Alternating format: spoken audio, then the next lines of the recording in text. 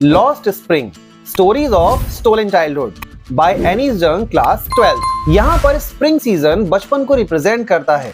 जैसे spring season में नए नए फ्लावर्स ब्लूम करते हैं, ठीक वैसा ही बचपन होता है।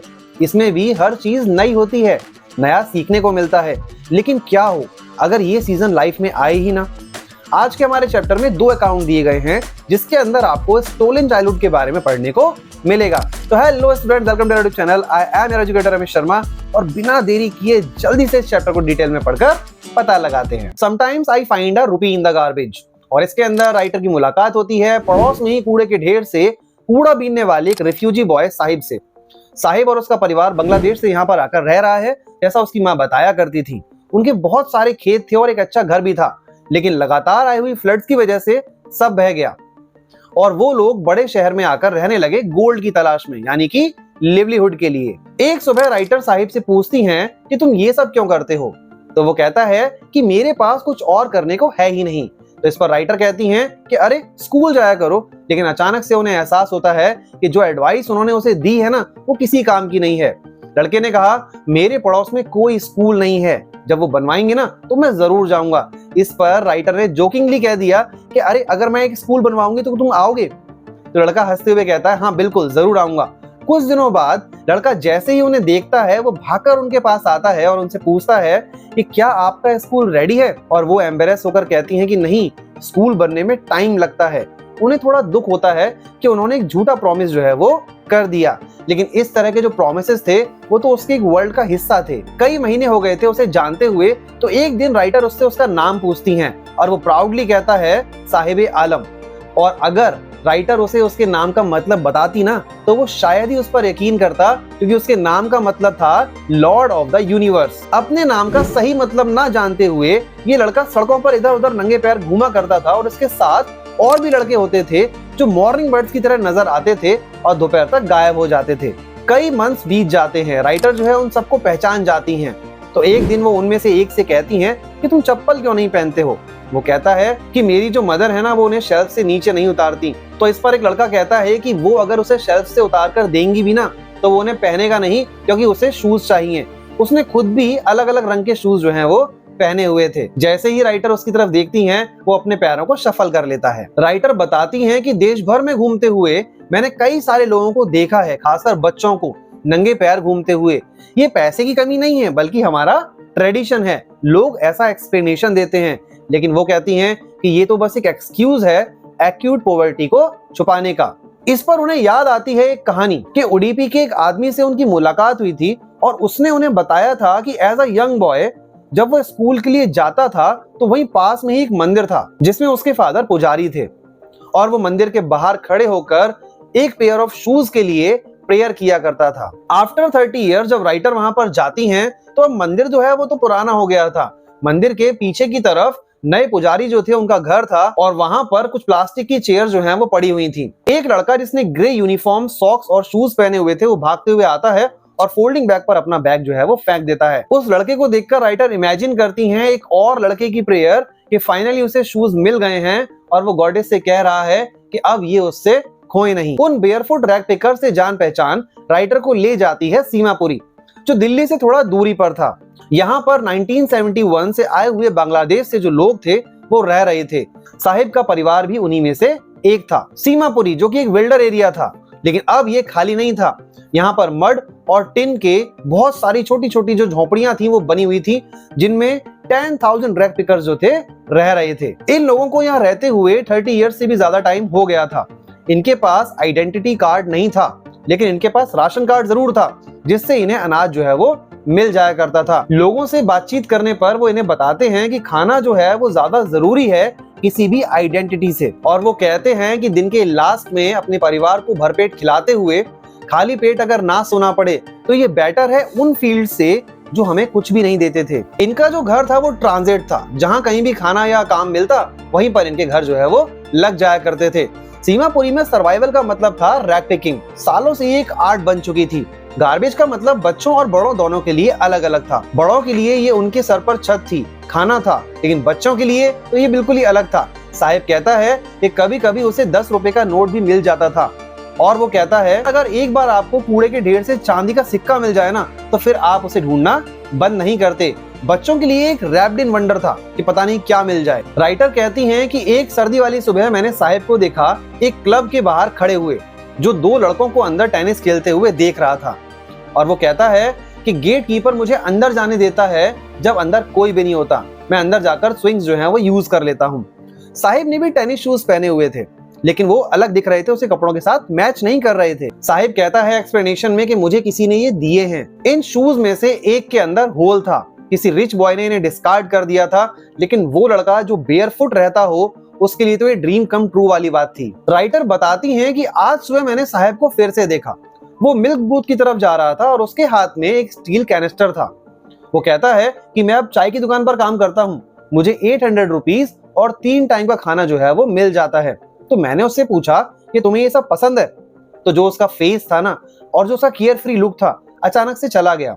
स्टील कैनिस्टर जो था ना वो बहुत भारी दिख रहा था उसके हाथ में, उस प्लास्टिक बैग के कंपैरिजन में जो वो अपने कंधे पर बड़े आराम से लेके घूमता था, क्योंकि वो जो बैग था ना वो उसका खुद का था और कैनिस्टर जो था ना वो उस टी शॉप के मालिक से बिलोंग करता था। अब साहिब जो है अपना मास्टर नहीं रह गया था। I want to drive a car, इसका नेक्स्ट अकाउंट फिरोजाबाद, जो फेमस है बैंगल्स के लिए। यहाँ पर फैमिलीज की जनरेशंस ने स्पेंड किया फर्नेसेस के सामने ग्लास को वेल्ड करते हुए और बहुत सारी चूड़ियां बनाई इस जमीन पर जितनी भी लेडीज है ना उनके लिए। मुकेश की फैमिली भी इन्हीं में से एक है और यहाँ पर बच्चों को भी फैक्ट्रीज में काम कराया जाता है। ना तो मुकेश को पता है और ना मुकेश के परिवार वालों को कि बच्चों से काम कराना फैक्ट्रीज में इलीगल होता है। अगर ऐसा हो जाए ना और कानून अच्छे से पास हो तो मुकेश और उसके जैसे 20,000 चिल्ड्रन जो हैं उन्हें गर्म भट्टियों और बंद कमरों से आजादी मिलेगी, जहां पर वो अपनी आंखों की रोशनी जो है वो खो देते हैं। लेकिन मुकेश इन सबसे अलग है। वो कहता है कि वो कार ड्राइव करना चाहता है और उसके लिए वो गैराज जाकर उसे सीखेगा। मुकेश की आंखों में एक अलग ही चमक थी जब वो राइटर को अपने घर लेकर जाता है। वो प्राउडली कहता है कि उसका जो घर है ना अभी अभी नया बना है। राइटर कहती हैं कि वो जिन गलियों से निकलकर जा रही थी ना वहां पर कूड़े का ढेर था, जो दीवारें थी वो टूटी हुई थी, दरवाजे और खिड़कियां जो हैं वो लड़खड़ा रहे थे। ऐसा लग रहा था कि इंसान और जानवर यहाँ पर अभी भी प्रिमिटिव स्टेट में रह रहे हों। एक ऐसे ही घर के बाहर जाकर वो लोग रुकते हैं और मुकेश दरवाजे पर जोर से पैर मारता है। जब वो उस घर के अंदर जाते हैं तो राइटर देखती हैं कि वो घर आधा बना हुआ है और उसके एक तरफ बहुत सारी सूखी घास जो है वो रखी हुई है, एक तरफ जो है चूल्हा जला हुआ है जिसके ऊपर बहुत बड़े बर्तन में पालक की पत्तियां रखी हुई हैं। जमीन पर कुछ और भी एल्यूमिनियम प्लेट्स थी जिन पर बहुत सारी वेजिटेबल्स कटी हुई रखी हुई थी। एक पतली दुबली यंग लड़की जो है सभी के लिए खाना बना रही थी। हालांकि उसकी आंखें जो हैं वो धुएं से भर गई थी, लेकिन फिर भी वो हंस रही थी। वो मुकेश के बड़े भाई की वाइफ थी। इसकी एज अभी ज्यादा नहीं थी, लेकिन इतनी छोटी उम्र में इसे बहू का टाइटल जो है वो मिल जाता है और इसके ऊपर 3 लोगों की जिम्मेदारी जो है वो आ जाती है। मुकेश का बड़ा भाई, मुकेश और मुकेश के फादर की। मुकेश के फादर जब घर के अंदर एंटर करते हैं तो वो दीवार के पीछे जाकर छिप जाती है और अपने फेस पर पर्दा डाल लेती है। जैसा कि कस्टम डिमांड करता है, घर की जो बहुएं होती हैं वो बड़ों के सामने पर्दा करती हैं। मुकेश के फादर की अगर बात की जाए तो उन्होंने बहुत मेहनत की है। सबसे पहले उन्होंने एज अ टेलर अपना काम स्टार्ट किया और उसके बाद उन्होंने बैंगल मेकिंग जो है उसे अपनाया। वो कहते हैं कि पूरी जिंदगी वो इतना भी अर्न नहीं कर सके कि वो अपने घर को अच्छे से रिनोवेट करा सके और अपने दोनों बच्चों को स्कूल भेज पाएं। उन्होंने अपने बच्चों को केवल एक ही चीज सिखाई है, art of making bangles. Mukesh की दादी माँ कहती हैं कि ये तो हमारे कर्म हैं, भगवान ने जो लीनिएज हमारे लिए लिखी है क्या वो तोड़ी जा सकती है? बैंगल मेकर्स की कास्ट में जन्म लेकर हमने इसके अलावा और कुछ भी नहीं देखा। यहाँ फिरोजाबाद में ना हर घर के हर यार्ड में डिफरेंट कलर्स की जो है बैंगल्स थी।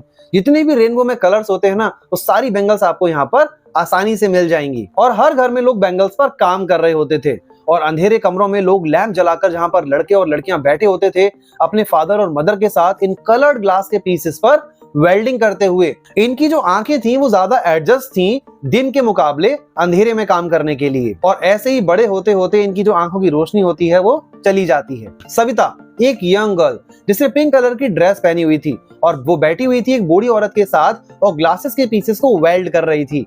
उसके जो हाथ थे ना वो बिल्कुल मैकेनिकली बहुत तेज चल रहे थे। लेकिन राइटर इस बात पर सरप्राइज करती हैं कि इस बच्ची को शायद ही इन बैंगल्स की ऑस्पिशियसनेस के बारे में पता होगा। एक दिन ये होगा कि इसके हाथों पर भी मेहंदी होगी, सर पर घूंघट होगा और इसकी कलाइयों में भी रेड बैंगल्स होंगी।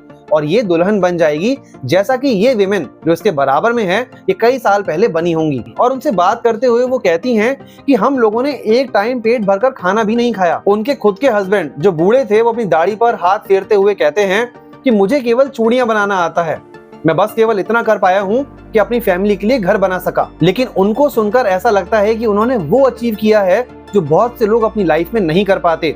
कम से कम उनके पास एक छत तो है। पैसा ना होना, काम ना होना, अपने लिए कुछ कर ना पाना, ये फिरोजाबाद के हर घर की जो है आवाज थी। यहाँ पर यंगस्टर जो होते हैं वो अपने एल्डर्स की लीनियज को आगे लेके जाते हैं और सालों तक कड़ी मेहनत करने के बाद उनके सपने देखने की जो शक्ति थी ना वो धीरे धीरे खत्म हो जाती है। राइटर कहती हैं कि वो एक यंगस्टर ग्रुप से बात करती हैं जो कि फंसे हुए थे मिडिल मैन के ट्रैप में, जैसे कि उनके फादर और फोरफादर्स को फंसाया गया था।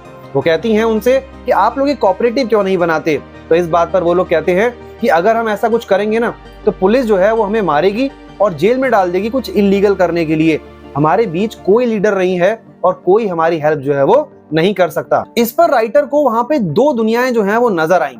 एक जो फंसी हुई है गरीबी में और जन्म लेती है बेंगल मेकर्स की कास्ट में, और दूसरी साहूकार, middleman, police keeper, bureaucrats, politicians, ये सारे के सारे लोग मिलकर एक बच्चे के ऊपर इतना ज्यादा बोझ रख देते हैं कि शुरू में तो वो उसे एक्सेप्ट ना भी करे, लेकिन आगे चलकर धीरे धीरे वो उसे एक्सेप्ट कर ही लेता है। जैसे कि उनके फादर्स के साथ हुआ। कुछ अलग करने के लिए हिम्मत चाहिए और हिम्मत जो है उनके बड़े होने में नहीं थी। राइटर जब मुकेश को देखती है ना बड़ी खुश हो जाती हैं। वो कहता है कि I want to be a motor mechanic, मैं मोटर मैकेनिक बनना चाहता हूँ, मैं गैराज जाऊंगा और सीखूंगा। लेकिन गैराज उसके घर से काफी दूर था तो वो कहता है कि मैं पैदल चलकर जाऊंगा। अब राइटर उससे कहती हैं क्या तुम प्लेन उड़ाना चाहोगे। तो इस बात पर वो जमीन की तरफ देखते हुए कहता है नहीं। उसके जवाब में ना एक तरह की एम्बैरेसमेंट थी, क्योंकि कार्स जो थी वो फिरोजाबाद की स्ट्रीट्स पर नजर आ जाती थी, लेकिन फिरोजाबाद के आसमान से कुछ ही प्लेन्स जो हैं वो पार जाते थे। इन दोनों अकाउंट्स में एक सिमिलरिटी है और वो है चाइल्ड लेबर। जिस एज में बच्चों को खेलना चाहिए, स्कूल जाना चाहिए, कुछ सीखना चाहिए, उस एज में ये बच्चे जो हैं वो काम कर रहे हैं। तो इसी के साथ आपका चैप्टर है यहाँ पर फिनिश होता है। आगे के चैप्टर्स के लिए बने रहिए हमारे साथ और हाँ, चैनल को सब्सक्राइब करना ना भूलिए।